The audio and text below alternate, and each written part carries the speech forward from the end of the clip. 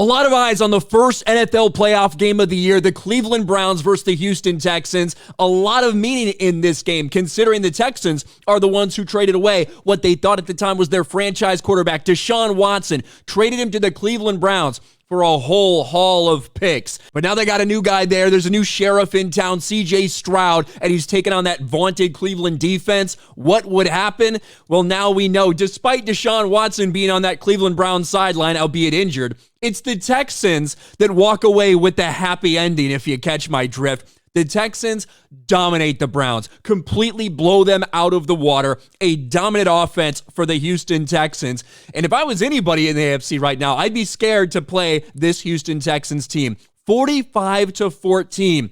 And the first half, it was a little bit back and forth early on, but go up by 10 into half, and then coming out of halftime, a Joe Flacco pick six really started pushing that lead, and they never looked back. Let's take a look at some of these numbers if we go to the box score.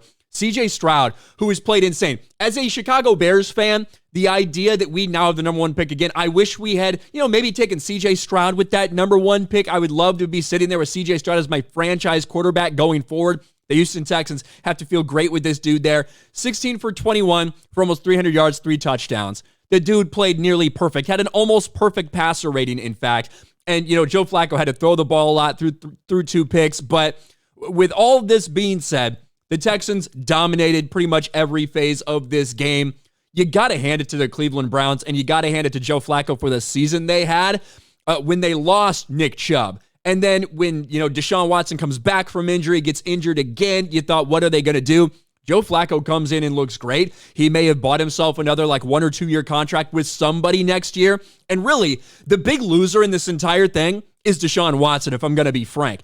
Deshaun Watson, who forced his way out of the Houston Texans, the Texans get a haul of picks back. Look at all these guys who have been, some of them big-time players for them at times this year. Will Anderson, Tank Dell, Kenyon Green, Christian Harris, Damian Pierce, John Mechie, Thomas Booker, Brandon Hill, Xavier Hutchinson, and they still had the 2024 first and third round picks that they got from the Cleveland Browns. All that, and they were easily able to replace Deshaun Watson with CJ Stroud.